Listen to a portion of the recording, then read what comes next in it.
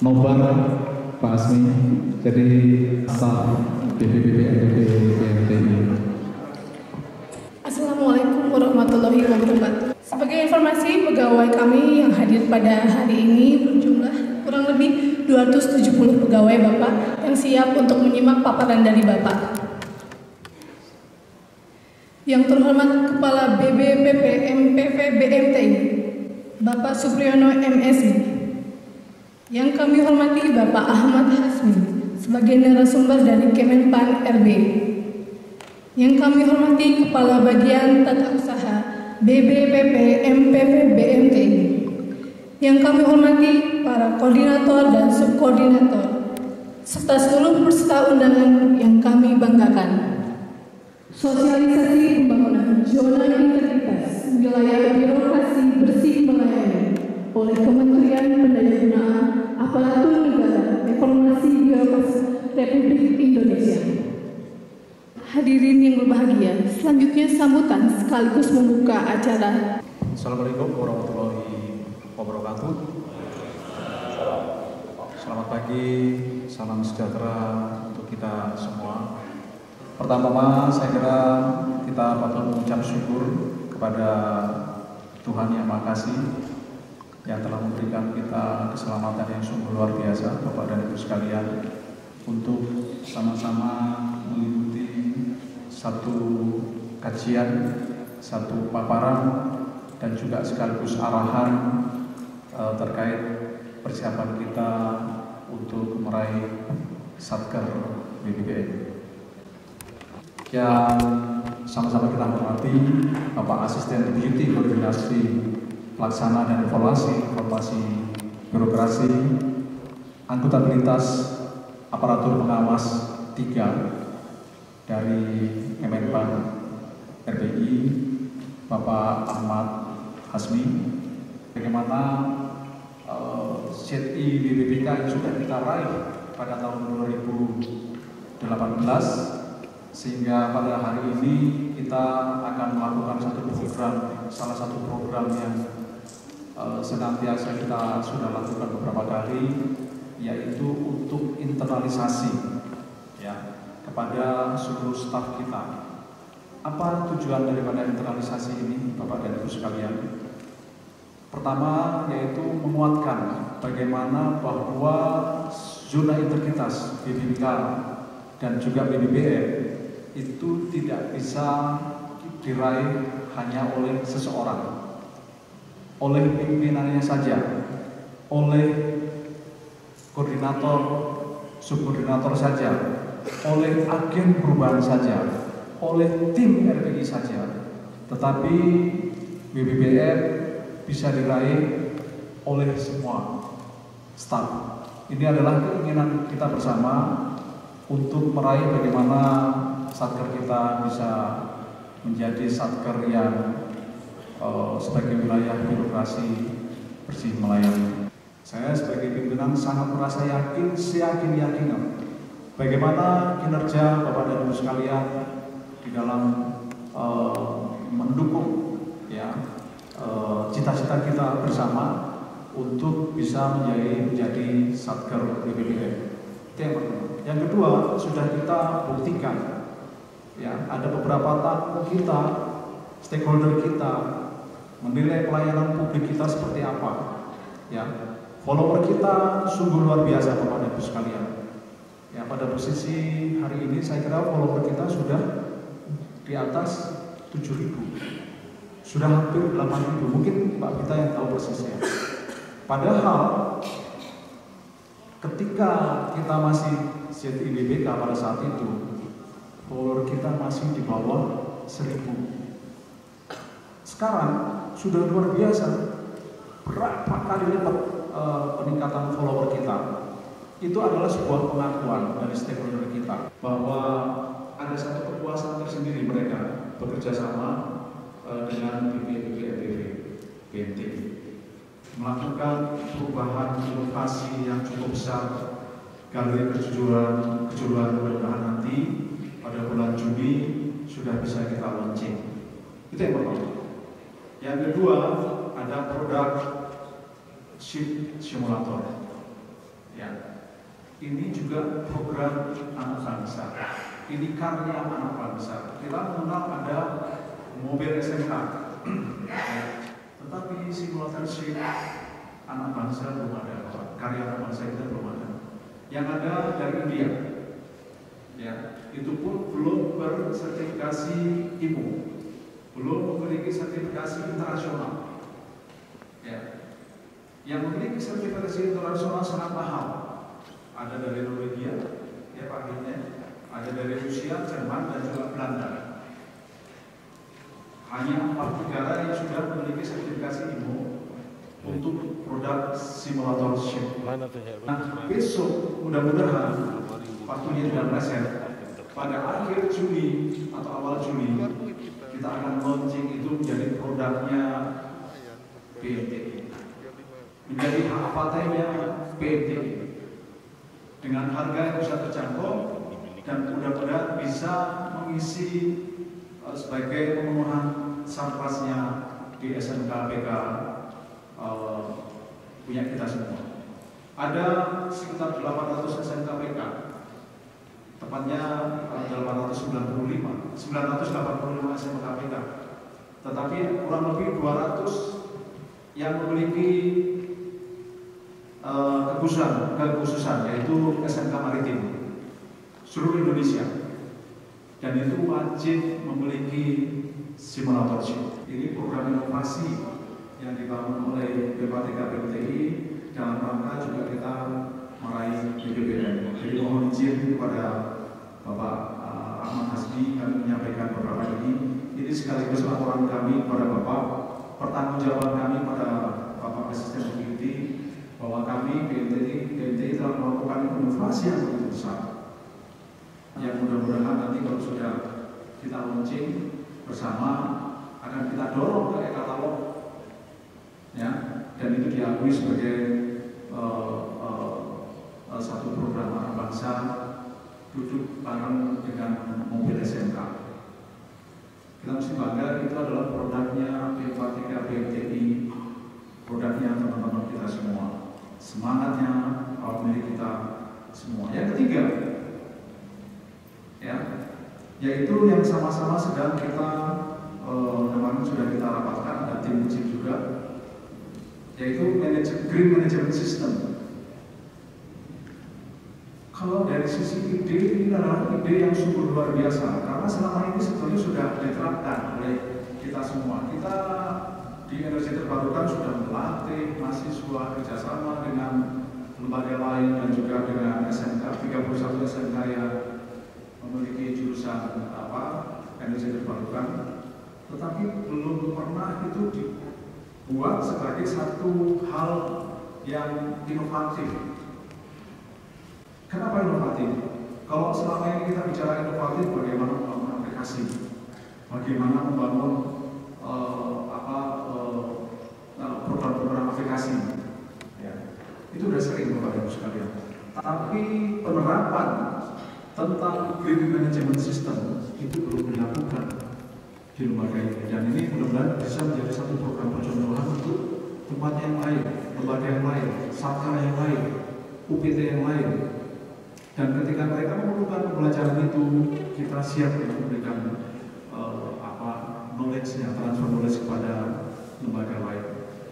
Kami sungguh sangat berbahagia karena Bapak Asisten Deputi dari Menpan, Bapak Ahmad Hasbi, di tengah-tengah kesibukan yang sungguh luar biasa, berkenan hadir untuk memberikan penguatan, untuk memberikan pengarahan, untuk memberikan beberapa strategi bagaimana kami BPMPV dapat meraih status Satker BPPM. Di depan Bapak sudah hadir lebih dari 200 karyawan BPMPV BMTI, walaupun dalam keadaan puasa tapi mereka tetap segar karena masih pagi, ya. Mudah-mudahan nanti sampai sore tetap segar dan semangat. Demikian dari kami, laporan kami kepada Bapak Asisten Deputi. Untuk selanjutnya kami mohon berkenan kepada Bapak Presiden BPT, Bapak Ahmad Hasmi, untuk memberikan arahan, penguatan sekaligus bagaimana strategi bisa meraih BPPM. Demikian dari kami dan kegiatan acara pada hari ini dengan resmi kami buka.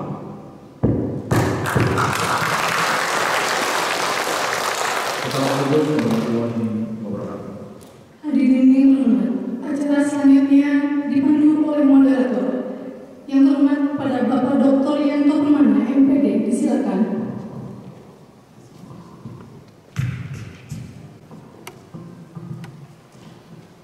Assalamualaikum warahmatullahi wabarakatuh. Selamat pagi, salam sejahtera buat kita semua. Yang sama-sama kita hormati Bapak narasumber kita pada kesempatan pagi ini, Pak Ahmad Hasmi. Yang sama-sama kita hormati juga Bapak Kepala BBPP MPP BMTI, Bapak Supriyono MSI. Ibu Bapak sekalian, seluruh pegawai BBPP MPP BMTI yang kami banggakan. Waktu kami persilakan untuk Bapak Ahmad Hasmi. Silakan Bapak. Bapak Ibu yang kami hormati, saya sering kita sharing saja Pak berbagai hal kaitan dengan isu yang memang menjadi bahasan nasional lebih baik. Kalau lihat dari tapak-tapaknya, sebetulnya reform itu sudah berumur 10 tahun ini. Meskipun beberapa dari pemerintah ada yang lebih duluan, tapi secara kebijakan kita tidak ketahuan. Pak Presiden menghendaki selesai di 2024. PR-nya masih banyak. Kalau lihat dari kecenderungan sekarang, banyak sekali saya pemerintah yang berupaya keras. Ini kami juga memberikan apresiasi kepada pemerintah yang memang bersama-sama untuk memberikan harapan ini. Karena Pak Presiden di 2024 bilang bahwa kalau reform baru pelan selesai.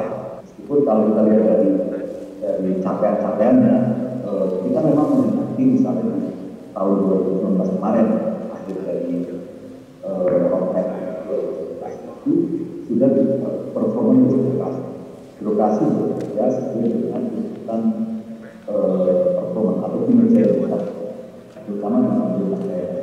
Mereka belum mau bergerak kalau ada sementara masyarakat kita sudah mulai paham mengenai hak-haknya.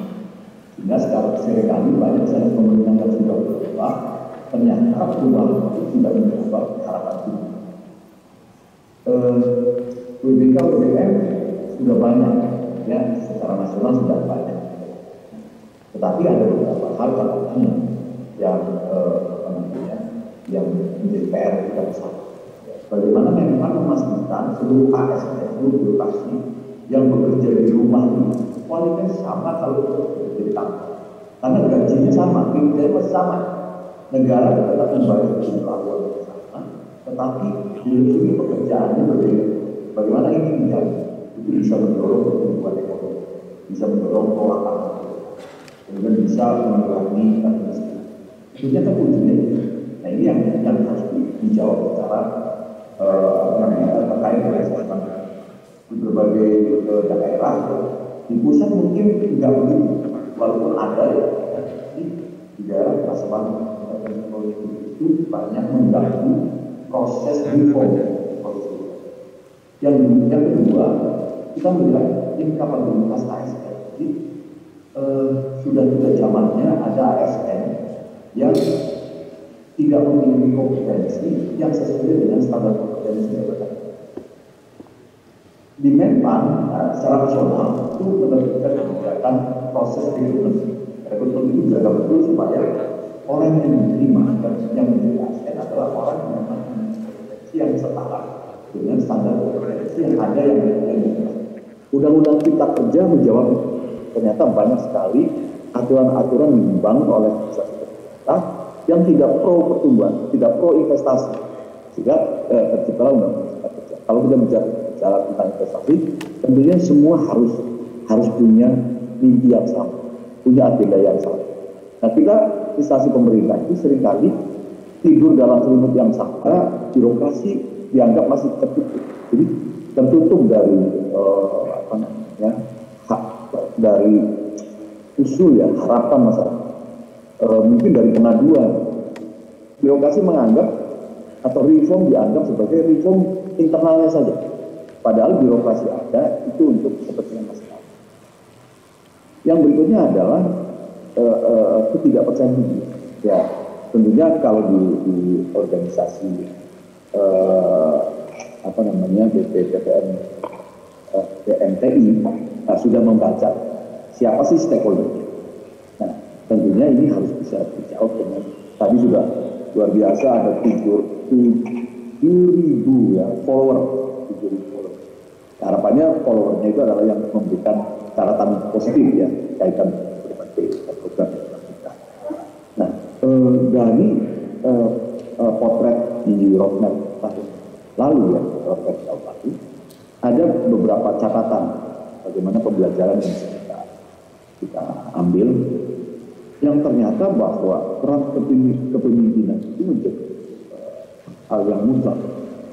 Kalau dengan Pak Sugiono ini sudah garansi lah. Kemudian programnya harus fokus.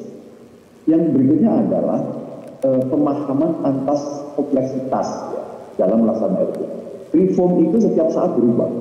Kalau dulu bilang sudah reform, bisa jadi hal sekarang itu biasa-biasa. Di awal ketika kita bicara tentang open bidding, itu instansi pemerintah yang open bidding dianggap sudah melakukan reform. Kalau sekarang open bidding karena sudah hal umum ya biasa-biasa saja. Kalau kita bicara tentang dulu penerimaan pegawai melalui CAC itu suatu hal yang luar biasa. Sekarang ya biasa-biasa karena mandatnya sudah begitu. Jadi kaitan dengan kecepatan mereka. Di reformasi birokrasi fokusnya adalah kecepatan. Jadi bagaimana dia memastikan bahwa orang di KK itu sudah berhasil memastikan update data itu. Artinya apa? Kecepatan melayani juga dia hal yang harus dijaga. Tadi motonya ada melayani, itu harus dijaga. Kemudian kita bicara tentang menghapus pola pikir ini akan Pak Budi ngomong. Itu memang juga sudah melembaga. Siapapun pemimpinnya, siapapun pegawainya, di mana pun pemimpinnya, ini sudah berjalan. Maka kita butuh waktu. Ya. Meskipun ada beberapa yang kita juga lebih tidak bergerak ke DM, karena kita ingin menjaga kita model organisasi di kami kemarin itu bagaimana merubah layanan yang tadinya menjadi base-nya adalah hak dari warga. Jadi warga ini kalau butuh layanan, kalau butuh lagi, dia memohon. Ada potret atau isu yang catatan karena media sosial sangat mudah diakses oleh semua stakeholder. Cuma seringkali bilang yang menjelaskannya kaitan dengan bagaimana sebetulnya kita melakukan maintenance terhadap unit yang sudah melakukan berbagai tahunnya saya jaga keamanan ada. Nah, ini kan bagian dari catatan bahwa memang seluruh orang yang ada organisasi tahu apa yang saya membuat teman-teman itu tidak gagal atau tidak perform menghasilkan beberapa. Yang pertama adalah kaitan dengan event internal. Di beberapa instansi yang internalnya kuat itu penilaiannya lebih tajam dari TPN. Jika kemarin kami ya, instansi pemerintah yang TPN sudah bagus, koreksinya sangat sedikit. Sehingga kalau mereka bilang lebih baik, ya kami lebih tahu. Mereka bilang lebih baik, terus ini jauh lebih baik. Terima kasih. Assalamualaikum warahmatullahi wabarakatuh. Waalaikumsalam warahmatullahi wabarakatuh. Sungguh presentasi yang luar biasa, banyak hal yang bisa kami ambil dari presentasi Bapak. Sebelum nanti tanya jawab, saya coba membuat summary ya terkait apa yang disampaikan tadi oleh Pak Ahmad Hasmi. Yang pertama, transformasi birokrasi itu sudah berlangsung sejak 2010 sampai targetnya 2025. Sudah terjadi 3 periode reformasi birokrasi. Tahap pertama itu 2010 sampai 2014. Itu dikatakan rule based birokrasi, jadi birokrasi yang berbasis aturan. Kemudian periode kedua 2015 sampai 2019 itu dikatakan performance based birokrasi atau birokrasi berbasis kinerja. Dan sekarang sudah masuk ke periode terakhir, periode ketiga 2020 sampai 2025 dikatakan dynamic governance atau pemerintahan yang sifatnya dinamis. Dari hasil evaluasi reformasi birokrasi tahun 2015 sampai 2019 ada beberapa tantangan. Yang pertama, adanya intervensi politik. Yang kedua, adanya inkapabilitas ASN dan mental silo. Mental silo ini adalah mental yang tertutup terhadap informasi, jadi tidak menjunjung tinggi merit system atau sistem yang memang sesuai dengan kapasitas kapabilitas pegawai. Yang ketiga, adanya birokrasi yang tertutup. Yang keempat, adanya ketidakpercayaan publik. Itu evaluasi 2015 sampai 2019. Ada beberapa lesson learn yang bisa diambil: peran kepemimpinan, kemudian program yang fokus dan terarah. Yang ketiga, pemahaman atas kompleksitas dan kesenjangan untuk pelaksanaan reformasi birokrasi. Ada beberapa akselerasi untuk kebijakan reformasi birokrasi di 2021. Yang pertama, adanya penyederhanaan birokrasi. Itu sudah dilakukan oleh Pak Presiden kita. Yang kedua, optimalisasi sistem pemerintahan yang berbasis digital. Apalagi kita sekarang di era reformasi birokrasi harus mengoptimalkan teknologi informasi. Harapannya nanti bisa berbasis artificial intelligence ya. Kemudian yang ketiga, pengembangan SDM. Yang keempat, peningkatan efisiensi dan efektivitas dalam penggunaan anggaran. Dan yang kelima, memperkuat kebijakan pelayanan publik. Catatan yang terakhir yang bisa saya sampaikan Ibu Bapak dari hasil tadi yang disampaikan oleh Bapak Hasmi terkait dengan bagaimana untuk maintenance WBK maupun BBBM. Beliau menyampaikan bahwa kita itu harus menjaga pelayanan dan integritas dan harus memastikan tidak terdapat penurunan kualitas serta harus menjaga dari berbagai penyimpangan. Oleh karena itu mengapa 2 tahun itu ditunggu pelaksanaan reformasi birokrasi WBK ke BBM, karena itu tadi jangan sampai sebuah institusi terjadi yang sudah WBK terjadi penurunan kualitas, bahkan ada penyimpangan. Dan alhamdulillah di BMTI Pak Hasmi untuk pelaksanaan reformasi birokrasi seperti tadi yang disampaikan oleh Pak Kepala, kami terus berkomitmen dan meningkatkan kinerja kami, dan mudah-mudahan tahun ini kami bisa mendapatkan predikat wilayah birokrasi bersih dan melayani. Walaupun tadi tidak disampaikan oleh beliau, jangan sampai BBBM itu hanya sekedar angka. Kita tahu di LKI itu kan ada angka-angka, tetapi bagaimana intinya adalah kita berubah, pelayanan kita bisa menjadi lebih baik. Ibu Bapak, itu yang summary yang bisa kami sampaikan. Kami persilahkan apabila dari Ibu Bapak sekalian ada beberapa hal yang ingin ditanyakan. Silakan Ibu Bapak. Baik, terima kasih. Mohon izin Pak Kepala. Ketika kami mencoba atau nengok ke belakang terkait dengan kinerja sebuah organisasi dikatakan berkualitas atau tidak, pada saat itu diukur dengan branding, label atau cap yang pada saat itu kita beramai-ramai untuk mengejar yang namanya ISO, Sistem Manajemen Mutu. Kalau tidak salah, yang kami ingat bahwa sebuah organisasi, lembaga atau institusi, evaluasi terhadap kinerjanya dilakukan melalui kegiatan audit internal maupun eksternal, yang kala itu periodisasinya audit internal dilaksanakan setiap 6 bulan, lalu audit eksternal kalau tidak salah setiap 1 tahun sekali.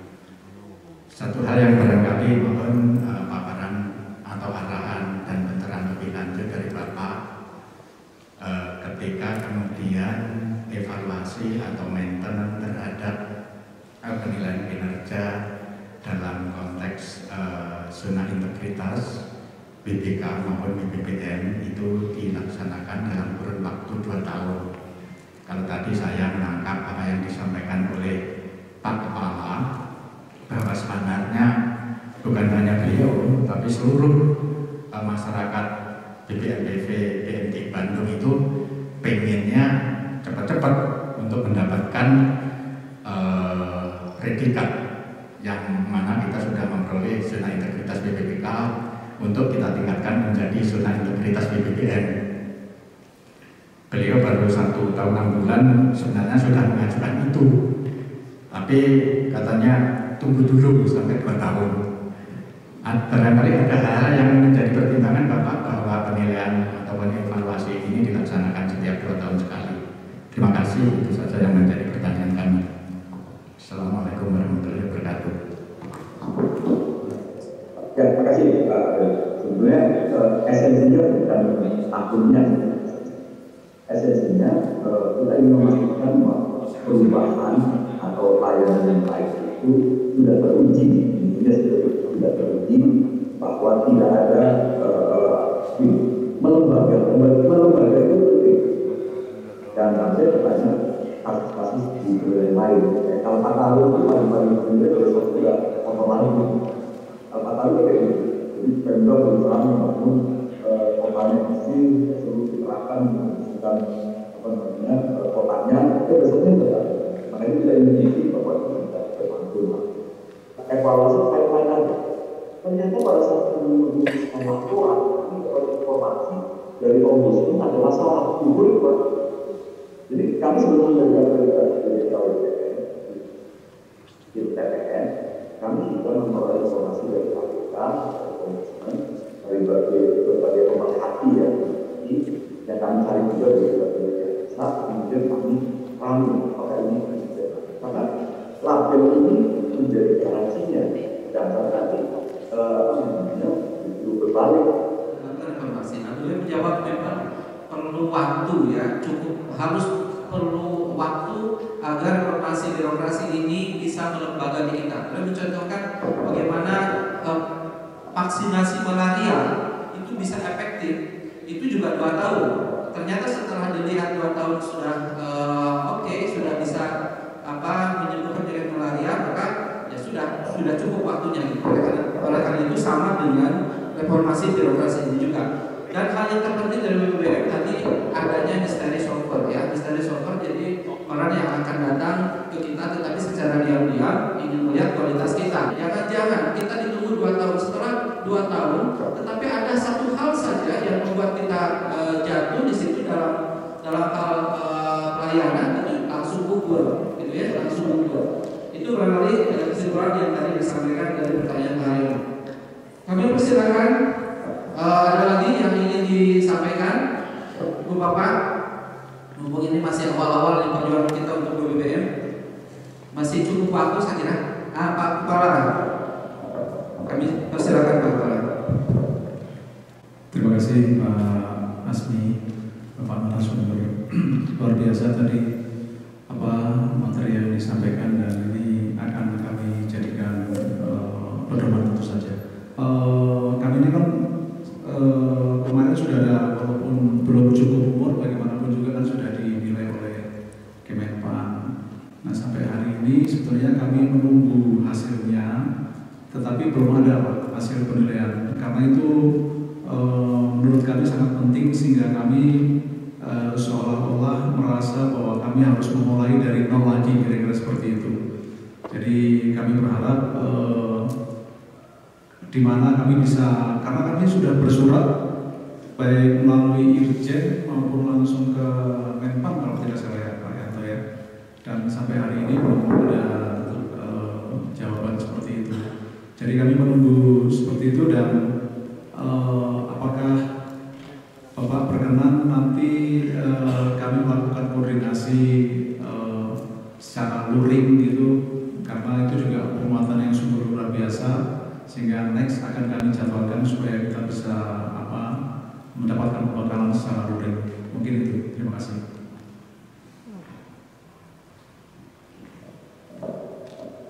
Ya, silakan Bapak. Ya, terima kasih Pak. Ya, memang kemarin sedianya ya kami ini mau menyampaikan hasilnya melalui aplikasi BNPB. Rencananya dulu Pak, ya teman-teman langsung bisa mengakses. Ya, sampai sekarang masih kalau mengenai hasil manfaatnya sih. Nah, memang kami juga misalnya kalau ini dari data yang kami mau sampaikan melalui aplikasi jadi ya mungkin akan sampaikan. Memang kemarin beberapa kita juga sama. Kami mohon maaf pertama ini kami tahu persis Bapak Yusuf sebenarnya itu karena kaitan dengan pengembangan perusahaan di kami segera pasang. Ya, ada satu lagi Bapak. Mungkin tadi harapannya apakah kami bisa komunikasi terus secara luring, karena kami juga perlu arahan dan bimbingan begitu supaya nanti penilaian apa yang kami lakukan itu bisa lebih terarah. Pada prinsipnya iya Pak, karena kan sebetulnya kinerja ini itu bisa bersama termasuk ya. Tadi ada koordinasi tim Pak kebetulan sekarang yang bangun lebih dari 3.000 Pak, bisa dibayar kalau sudah katakan 10 per ya, tentunya akan repot ya. Tadinya kami sebetulnya mengharapkan teman-teman dari digital ya bisa tanya. Orang-orang lain tidak tahu apa sih nyampe. Nah, dia memang tidak dulu kita membuat kesimpulan apa maksudnya. Kemudian keuangan termasuk ya proses pembangunannya relatif lebih baik yang lain. Saya bilang relatif karena kembali ke statusnya pada kami ada yang berhasil, tapi di tempat lain ada yang memang berhasil tapi tidak tersap. Secara dokumen angkanya oke semua, tapi tidak tersap. Realisasi itu penting. Nah, kami tidak ingin terjebak pada sebenarnya terhadap ukuran angkanya.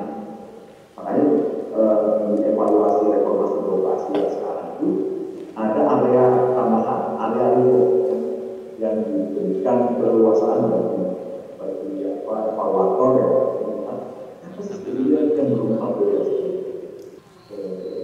Mungkin ya.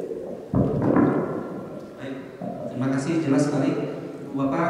Ada 2 poin penting yang disampaikan oleh beliau, bahwa LKE itu penting, tetapi tidak hanya sekedar angka, tidak hanya pemenuhan LKE, tapi tadi satu yang paling penting adalah bagaimana terjadinya internalisasi digital. Jangan-jangan ada agen perubahan tapi tidak berfungsi dengan baik. Jangan-jangan kita semua menggembar-gemborkan reformasi birokrasi tapi kita tidak paham terhadap reformasi birokrasi. Terima kasih Pak Hasmi, sekali lagi masukannya sungguh luar biasa. Mudah-mudahan ini bisa kami terima ya Bapak semua. Assalamualaikum warahmatullahi wabarakatuh.